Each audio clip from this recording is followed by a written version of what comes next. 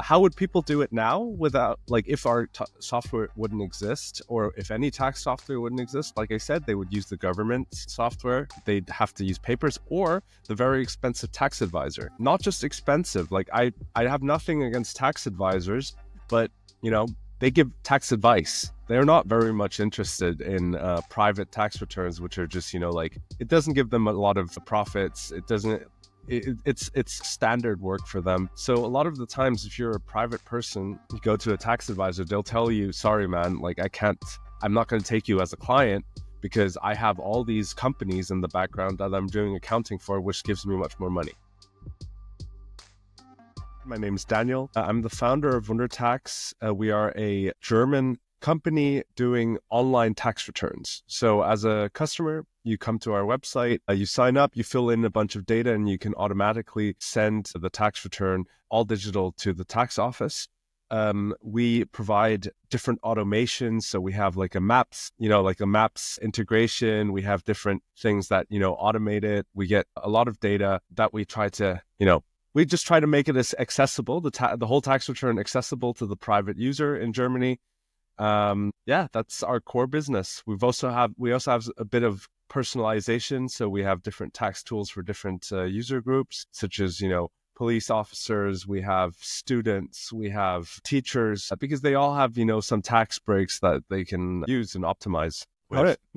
Awesome. So if I understand it correctly, and I remember that from the first conversation we had some time ago when we met, that you actually specialize not in massive companies, right? You don't do tax returns maybe for some big companies. You specialize in people and in very specific few professions, very strong offer for students as well. You make it very kind of swift and easy and automated as much as it can be. And also you allow them, from what I understand, to find some tax breaks or savings here and there just because your system is more aware of what they can claim back or not pay for something, right? Exactly. Is that the right assumption? That is, I couldn't have said it better. That was perfect. Fantastic. Great. Okay. So now I understand that the value proposition is fantastic.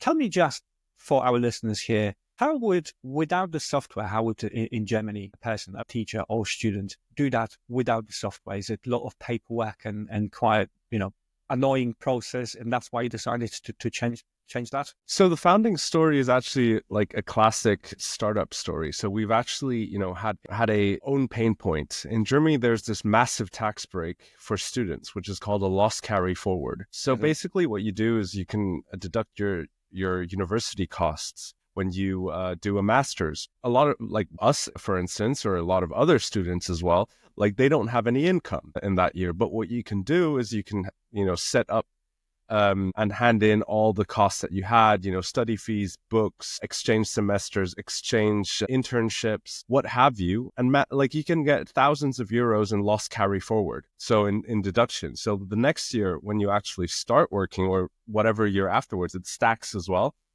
You can actually deduct it from your first annual income, and you effectively pay a minimal amount of taxes in your first year. So us as ex-students, because you can do it 7 years back retroactively as a student, what we said was, okay, there is this government software called Elster, but it's basically like a PDF editor. So it's really like just the tax forms digitalized in the government portal, but there's no, like, the government login, but there's no tax advice in there. So there are no tips, there's no instructions. Like, all the instructions that you need, you have to find by yourself. Like, there's no guide to it. So we said, okay, this is kind of an opportunity here, because there are so many students that are all, if they do the tax return at all, that are all, like, looking for their data, looking for their tax breaks. And why can't we build a better UX on top of the government software? So the government software actually also has an API, and we built on top of that, made a UX. Like, it's not a new idea. It's not a novel idea. Tax software exists. It exists in the UK, exists in the US, exists in Germany already, but like all of them were very generic. So what we did is we took this unique UX, tailor-made for students, and built it on top of the API. And it was a hit. It was a massive hit. Like, all the students back then is still on Facebook. We posted in all these, first semester student groups. It went viral. They all shared it. And we made a we made a killing. That's the classic startup story. How would people do it now without, like, if our software wouldn't exist, or if any tax software wouldn't exist? Like I said, they would use the government software. They'd have to use papers or the very expensive tax advisor. Not just expensive. Like I have nothing against tax advisors, but they give tax advice. They're not very much interested in private tax returns, which are just, like, it doesn't give them a lot of profits. It doesn't, it's standard work for them. So a lot of the times, if you're a private person, you go to a tax advisor, they'll tell you, sorry, man, like I'm not going to take you as a client because I have all these companies in the background that I'm doing accounting for, which gives me much more money. So unless you have your own holding, you have your own company, and they'll do it for you. But for the normal, like I'd say, normal person that wants to do a tax return, commercial software is definitely the better choice.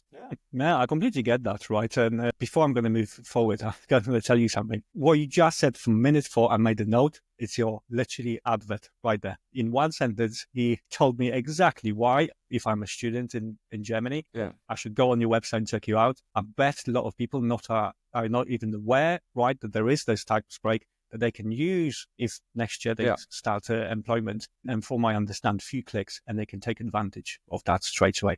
And I'll make note of this, and I'll definitely share that with you, because it's right there, right? You just literally just said, who is my target market? What do you don't know that I can show you, and how easy it is to actually start saving money on tax. And everyone loves start saving money on tax. Absolutely. Just adding on top of that. So like we started out with students, but then we rolled into different target groups, because like, for instance, soldiers is one of the target groups that we have. They also have massive tax breaks, because if they get deployed somewhere, like there are also certain tax breaks that they can use. But our largest tool is the WunderTax, the generic tool. So for all employees, you sign up to our website, you choose which target group you are. But most of the people, about 60% of our customers are employees. But nevertheless, like even in that case, I would recommend anybody, except if you're an expert and you're kind of a masochist, I'd recommend everyone to use the commercial software, just simply because we cost 35 euros. You can actually deduct that from your taxes next year, those 35 euros. So de facto, depending on your tax rate, of course, but like we will cost you about 25 net. And if you even miss one single tax break, it's going to cost you more than just paying for the software. So that's the whole pitch. It's as easy as that. Don't do it yourself, because if you miss one tax break, it's going to cost you more. Not even to mention that you might be missing out on some of those tax breaks that you're not aware of, right? And find them out. Either you spend some time researching that, or you go to advisor, a few €100 an hour, I presume, right? Sit down and then you know for years to come. But then it's going to cost you quite a lot up front, right? Yeah. Awesome. Fantastic product. Very straightforward, very targeted. Great. Absolutely love this. So now you've started, how did you launch? How did you manage to find the first few customers for yourself? What was the strategy you went for? Would you go for the same one now if you would be launching again? Talk me through that period of the company. Of course, yeah. So, I mean, like it's of course a different playbook for each company, but for our company, I think this was the best thing that we could have done, because we had this very targeted like ICP basically at the beginning with the students. So what we did was we posted in these Facebook groups, and our communication worked, right? Like people, they all knew about the tax break. Like a lot of students know about it, but everyone was like, I'm not going to be able to, do it myself. So we had the lovely name Studentensteuererklärung, which was, like literally means student tax return. That really worked. And they, it was at the beginning, it was free. So that was of course a kicker as well. So a lot of people used the tool at the beginning, but once we had them on board and they were able to do the first few tax returns, we were like, okay, hey, we're out of beta now, and started to charge them. So like, I don't know, it was a while ago, but like I would say we had about 5,000 students that were using our tool. And then we started with the monetization. And actually, that was the fascinating part. When we started charging people 35 euros, all the questions went away. How do you guys earn money? Are you selling my data? Are you doing anything else? Any other shady business? And then all those questions stopped. And the 35 euros was actually like, an increased conversion rate. So we were we did the classic lean startup thing. This is me retroactively talking, like Yeah. talking about looking it back, because I don't think we were that like into the lean startup back then. So, but looking back, this was definitely a lean startup method. You know, we built the first tool, the MVP. We launched it into our customers, to customer base, target group base, and we tried to look for, okay, the feedback, and then we improved on that. And once we felt confident enough, we started charging them, which wasn't a problem at all, because we were talking to the customers a lot. And what was really great, and what we're really proud of as well, within 11 months, we hit 1 million euros in revenue. So I'm really proud of that. And we spent very little money on getting these customers, because what we tried to do is we tried to work a lot with, like good communications, like I said, social media. We did a lot of, we'd also did like SEO. Back then it was much more effective, of course, but also SEM, and just tried to, like scale in a healthy manner. So that was our launch. Impressive. Yeah, impressive. Huge growth, huge growth. Congratulations. Really, really well done. Fantastic. So you just looked into those communities, really engaged with the people that you wanted to engage with, and you found the success there. And I 100% agree. A lot of people are not aware of this. The pricing gives so much more information for the consumer, right? And things for free raise so many questions. They actually conversion drops, right? You think it isn't. Obviously, if it's not, now it's the business model, especially in Germany. Yeah, first like week, 2 weeks, first year, something for free. Then you renew, it gives a little bit less questions, because people are aware of what's going on and how different companies approach sales, right? The second that something is free, it's just something is wrong with this. Like, how do you make money, right? And with all that data, and it's the most sensitive data, right? You're going to know my bank details, my account things, and my money coming in and out. So we will obviously want to have that peace of mind that you don't want to do anything weird about it, right? So defending that with just like, hey, that's the profit, that's the money that we take, and that's how we make money. Allows that. Great, fantastic. So talk me, just to remind me, when was that? What time are we talking? That launch and that initial. So we actually incorporated the company in 2015, and we started with, just a little bit of, we had our freelancers built out the MVP. I'm not a techie myself, so we had a very basic product that we paid to freelancers for. Launched it in 2016 and started monetization in middle of 2016. Very good. Quick, nice, lovely. We also raised a little bit of money. We got some angel investors on board to be able to finance the improvements, building out the tool, also the first marketing budget. So we raised a small amount of, like, I think 150K.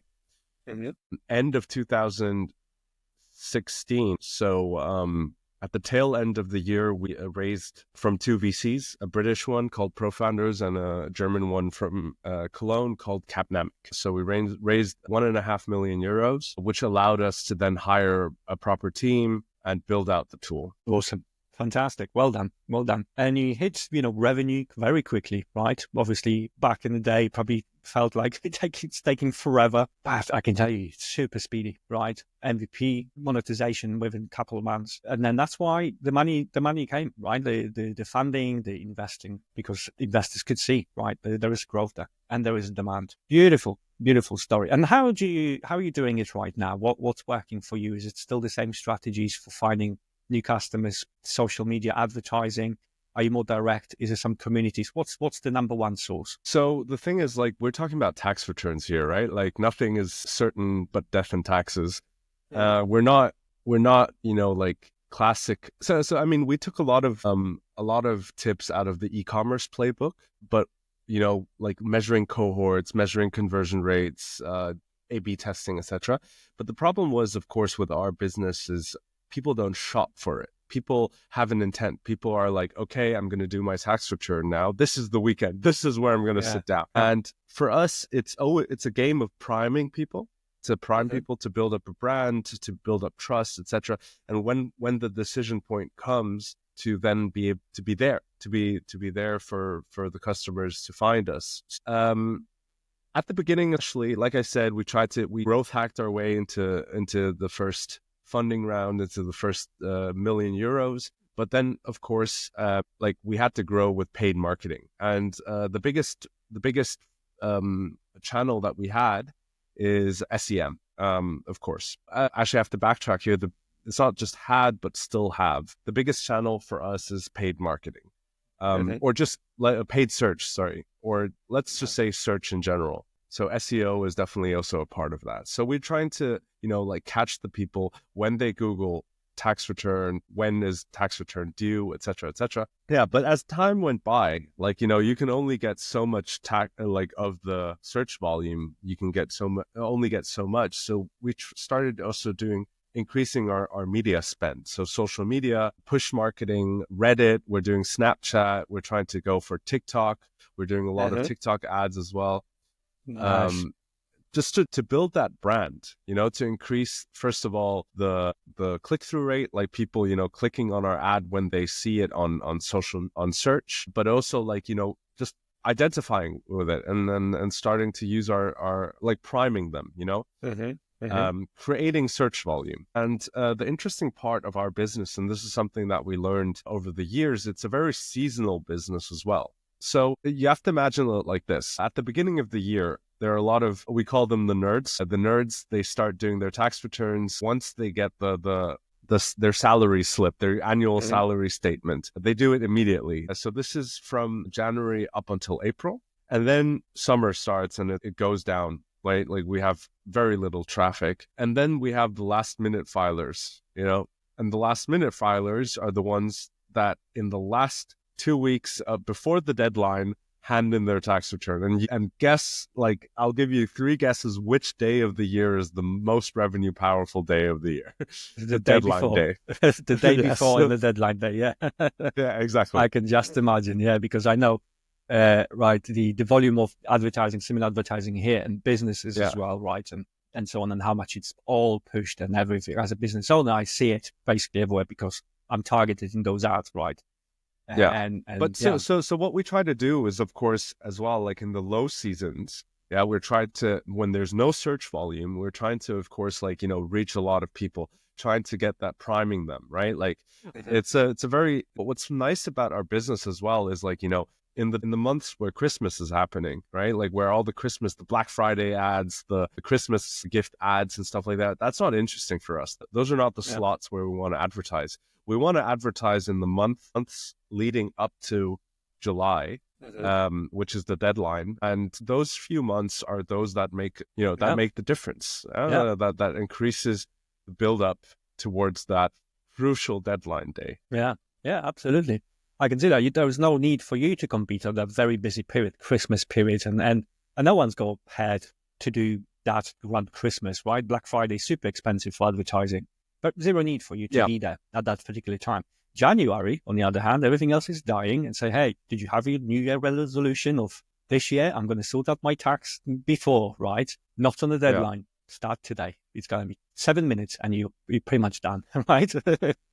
Or how long it takes once you onboard it. But love it. And I love the fact that you're actually trying different channels. So you clearly identified where your audience is, right? TikTok ads, running some TikTok ads. Fantastic tool, right? Reddit, are you doing Reddit communities or Reddit ads? I'm curious. Ads. Yeah. Oh, nice. I mean, the thing is as well, like I would recommend everyone to try Reddit as a channel for marketing, because you never know how many people are actually, like talking about these kind of things. And of course, the thing is, our business, you have to realize, or the listeners have to realize, like we're a Germany only business. So the thing is, like we're very much, focused on Germany and of course B2C. So our strategies might not align with your typical hosts that are more your typical guests that are more B2B. So we're very much B2C, and in Reddit especially, like we can get a lot of people to see our ads, to click on our ads. People love to discuss finance and just taxes and everything, or tax optimization strategies. Everyone remembers GameStop and Wall Street bets. So like, and there's a German community there too. But like I would say, if you're especially like a global product, maybe one thing that I would like to mention why we're not doing communities is what I do every year is an AMA. So like an Ask Me Anything, where I try to get people, where I'm like, hey, I'm the CEO of WunderTax. please, like, I'm just gonna answer your tax questions. I'm not gonna do any advertisement for our tool, right? I'm just trying to be a little bit more of a, content creator here. Of course, but the Reddit community is ruthless. They're all like, we get a lot of comments, but they all downvote it. They all downvote it because they're seeing, oh, you're the CEO of a private tax company.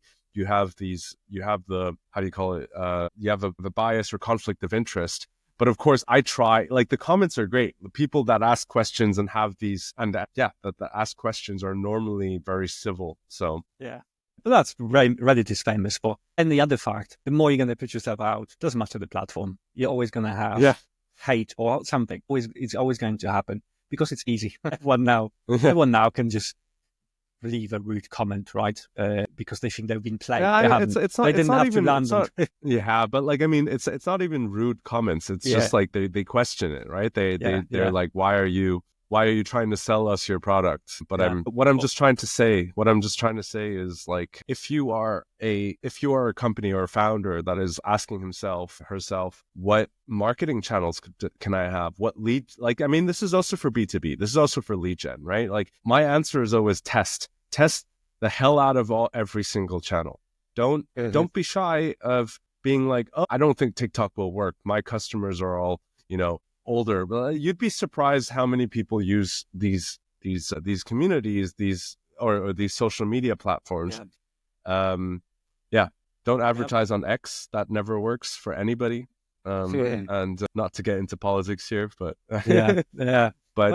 except for that, like, I've had, like, literally every social media for us, because we're B2C as well, of course, like, every single social media platform except for Twitter, but that was also before Elon, never worked. Like they all work to some degree. We've switched off a few of them as well because the volume doesn't justify us taking care of the channel. But, like, test it. Just test. Yeah.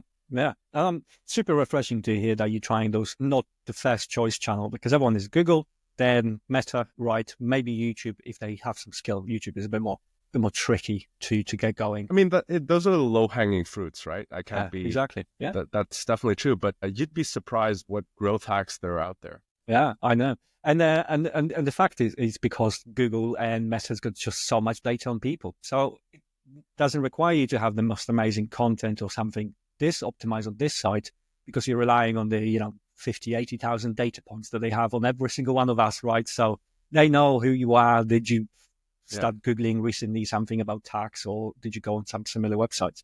So that's why it really, really works. Awesome. Anything that you're going to, what are your next tests for the next 12 months? Is there any difference in how you're going to approach the next 12 months? Maybe targeting, maybe, content, organic content, the different platforms that you're thinking of. What's the plan? So for us at WunderTax, we're definitely right now focused on improving our product much more, especially in the direction of mobile. Like, I mean, this might be a little bit older news, like, I'm stating the obvious here, but with mobile being important, there's no doubt that mobile is the standard now. But our core business has always been for historical reasons, has been desktop.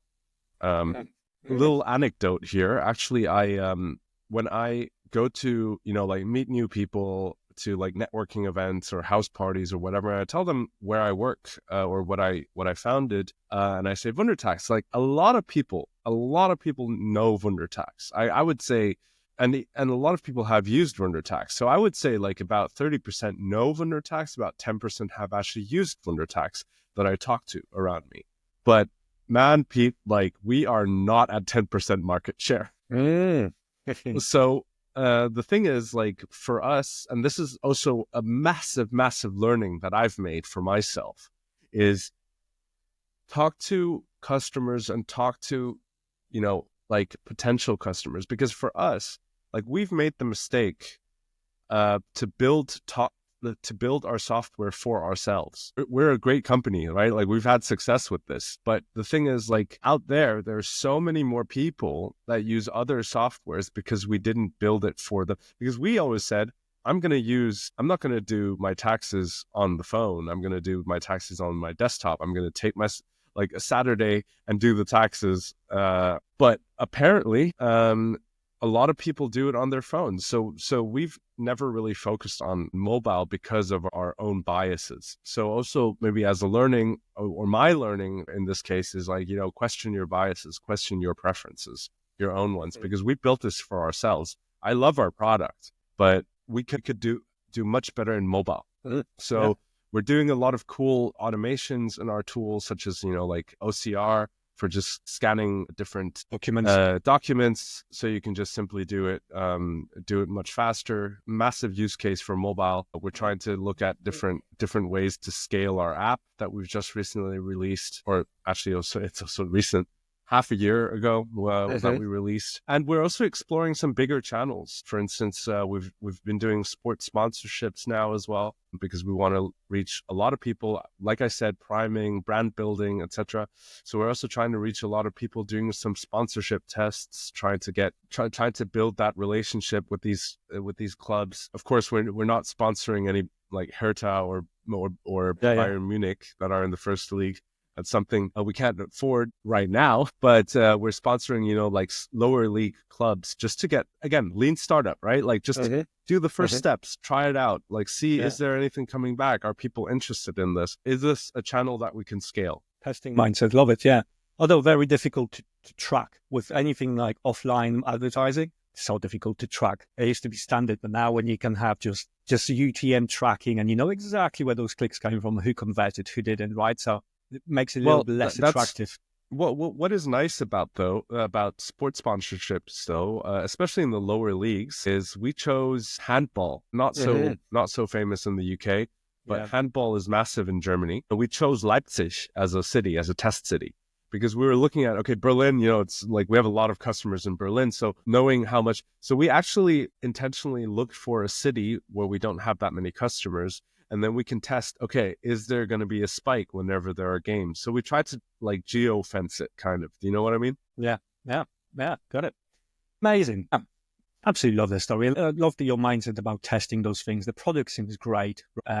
Fantastic. So I'm definitely going to recommend a couple of friends. Just before the podcast, I told you that I'm going to see a couple of friends in Berlin. So I'm going to tell them, hey, how are you guys doing the tax? I've just had a chat with Daniel. But if any of other of my German friends or listeners here would like to find out more, where could they find more information about WunderTax? Our website is wundertax.de. We have an English version, of course, as well. We're expats is also a big target group, or like a big part of our client base are expats as well. So English is definitely, our tool is also available in English. You can find me on LinkedIn. Please reach out if I can support you with anything. And yeah, we're on all social medias, as I said in the call, and we're always happy to support you. We're not allowed to give tax advice because legally speaking, but if you ask us questions about our tool or about our company or about, we're always happy to help. Awesome. Thank you very much. We'll leave those links below, so anyone that wants to find out more or contact you, have a chat, it'll be a little bit easier for them. Daniel, thanks very much for joining me on my podcast. Fantastic conversation. Thanks for sharing, and I wish you good luck. I love your mindset about just testing new channels, because then you just review with data, and then within the 6 months you're gonna know, right? But you overthinking about it, or should I not? That's not gonna get you anywhere. Thanks, Daniel. Really appreciate it. Thanks so much. I hope I could give you a B2C perspective on these things. Glad you liked it, and talk to you soon.